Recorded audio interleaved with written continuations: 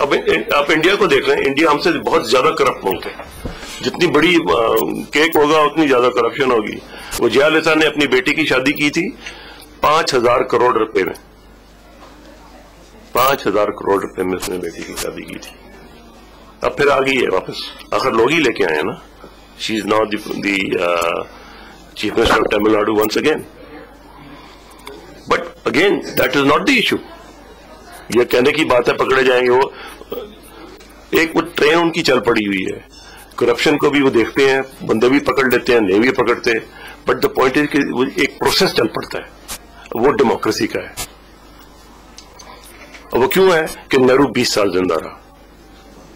وہ نہ یہ پٹیل مٹیل آتے ہیں انہوں نے پھڑکا کے رکھ دینا تھا. اور آج جو فیڈریشن ہے ہندوستان کی, اگر آج تامل ناڈو کہ جی تھینک یو ویری مچ میں آزاد ہوں, کوئی کچھ بول نہیں سکتا. کوئی کیوں نہیں کرے گا کوئی؟ بیکاز ان کو پتا ہے کہ وہ یہ نہیں کریں گے. کیوں کہ مارکیٹ بہت بڑی ہے. جو اگر اسٹیل مل لگا رہا ہے تمل ناڈو میں, اس کو پوری 1 بلین لوگ بیٹھے ہوئے ہیں. سو سیلف انٹرسٹ ان کا ڈیولپ ہوا ہے. اگر آپ بلوچوں کو ساتھ اس طرح انٹیگریٹ کرتے, یا سندھیوں کو یا پٹھانوں کو, تو ان کو انٹرسٹ ہوتا کہ نہیں ہم پاکستان کو نہیں چھوڑ سکتے. آج اگر آپ پٹھان دل میں دیکھیں بیٹھا, تو وہ کیا سوچ رہا ہوگا کہ یہ میرے ساتھ ہوا کیا ہے, یہ امریکہ نے آ کے کیا کیا, اب یہ فوج کیا کر رہی ہے, میرا قصور کیا ہے. آدھے سے زیادہ جو چچنی مچنی سارے بیٹھے ہوئے ہیں وہاں پہ, وہ کیوں بیٹھے ہوئے ہیں, کس نے بیٹھنے دیے ہیں؟ تو ابھی آپ نے جو پروونشل اٹانومی کی بات کی, میں بہت زیادہ ایگری کرتی ہوں اس سے, کیونکہ واقعی اب ایک پوائنٹ آف نو ریٹرن پہ ہم آ گئے. ایون آپ ایک چھوٹی سی آرگنائزیشن لے لیں تو ہماری سچویشن یہ ہو چکی ہے اپنی ایک ریشل اپروچ کی, اتنے ریشل اور پولرائز ہو چکے ہیں ہم لوگ کہ اس چھوٹی سی آرگنائزیشن میں بھی ریشل اور ان بنیادوں پر فیوشزم ہو رہا ہے. یعنی ہم لوگ بالکل ساتھ بیٹھنے کو تیار ہیں. تو اس کا آپ نے بالکل ٹھیک سجیسٹ کیا کہ اس میں بلوچستان ہے, اس کی اپنی رائلٹیز اس کو ملنی چاہیے. اس کے اتنے ریسورسز ہیں. جب چائنا کی آپ نے بات کی, وہ ایک الگ گیم چل رہا ہے.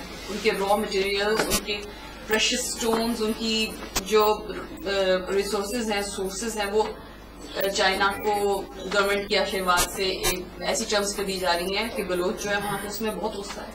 اسی طرح پٹھانوں ان کا اپنا کلچر ہے, ہر ایک کا اپنا کلچر ہے, اپنی آئیڈینٹی ہے.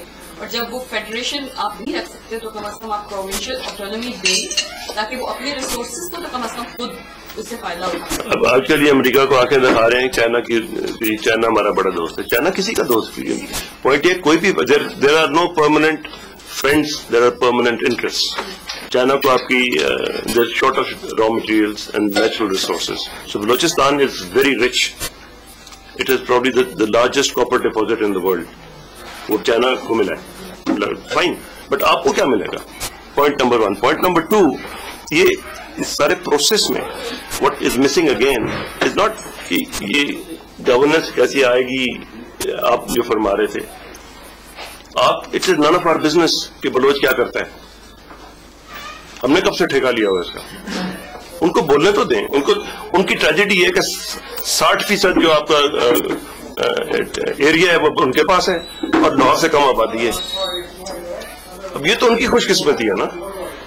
اب یہ ابو دھابی والے جب بیٹھے ہوئے ہیں, وہ اس کمرے جتنا ملک ہے 90 بلین بیرل تیل کا پڑا ہے, وہ لے کے بیٹھے ہوئے ہیں. بندہ کہے کہ یہ تمہارا تیل کہاں سے آ گیا؟